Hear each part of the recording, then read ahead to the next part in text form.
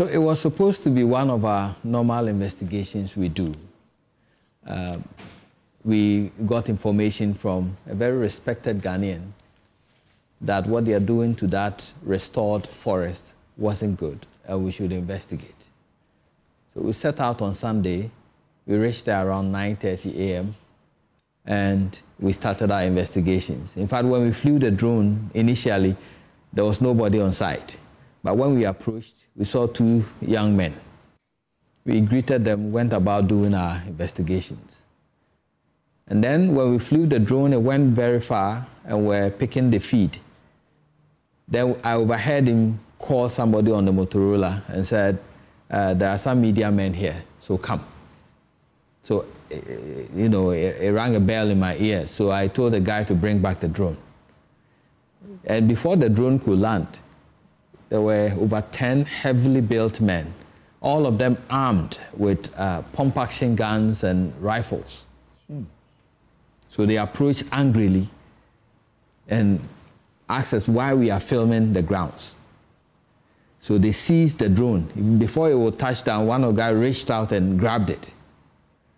Then they seized the camera, did a thorough body search on us, took our phones, everything. Then they ordered us that we should board our vehicle and follow them. So I asked them, where are you taking us? Then he said, we are taking you to see the owner of the site in the next town. I said, fine. So one armed guy sat behind my driver in our car. Then the other one went into the bucket. Then there were two vehicles ahead of us, other vehicles behind, and motorbikes flanking us.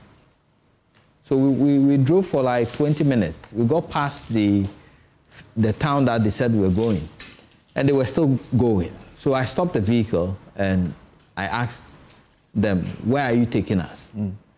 Then they said, you don't have the right to ask us questions. You came to our site illegally. We want to do as we please with you. So if your driver cannot drive, then I am asking them to get him out. So they brought some gunmen. They wanted to force the driver out. And I said, okay, fine, let's go. So we drove for another 20 minutes. We entered some bushy area. There was an untarred road.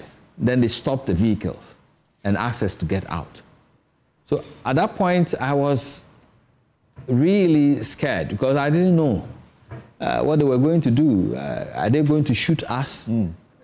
What are they going to do? So I was asking them, why have you brought us here? You said we were going to see the site owner. Now we are in the bush.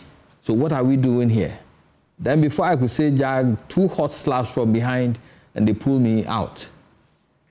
Then they opened the doors, asked everybody to get out. You had three other people with you? Yeah, the drone pilot, the camera technician, and my driver. Okay. Then they started beating us. This one will come, slap you from behind. The other one will come, punch you. You said you were about how many? We were four. No, but they were more than 10. All armed? Fully armed. Pump action, rifles, knives. They were dressed like they were bandits. Yeah, so what happened next? So they started beating us. And in fact, the next 30 minutes, hot slaps. You wouldn't know. You'd be standing there and then one would come from behind, wham. They held you for as long as 30 minutes? Yes. There were exchanges here and there. They said we should open our passwords. They want to format our phones. And I was trying to say that if you think we've taken pictures of your site, let me open the folder for you, then delete your pictures. But when you say you are formatting my phone, you can't do that. I received a lot of slaps from there, so I had to give in. I said, okay, fine, do what you want with the phone.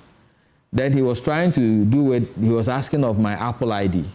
Seriously, I didn't remember it. So I told him I don't remember the Apple ID. And that infuriated them more. So the more we talk, they think we are lying and slaps. So eventually I saw a minibus approaching on the untarred road. They ended up formatting your phones? Yeah, they formatted two of the phones. They deleted mine. They were not able to do it, so they deleted the files. Okay.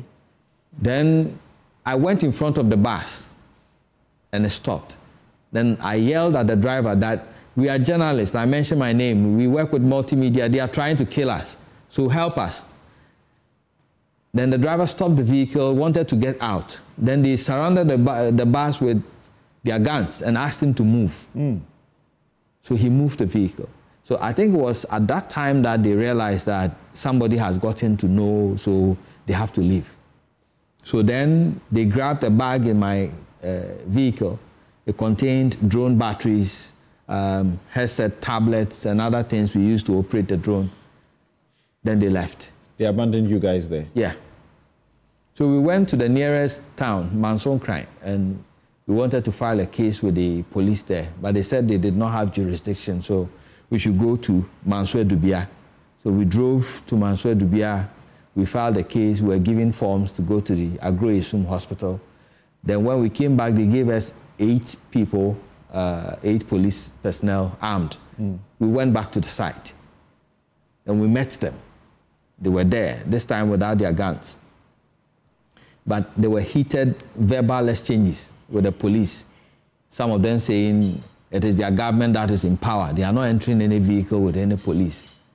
So they are refusing invitation. They are not joining the police vehicle. So the police left them. And we went back to Mansour Dubia, wrote our statements, and left the town in the night, around 9. We'll come to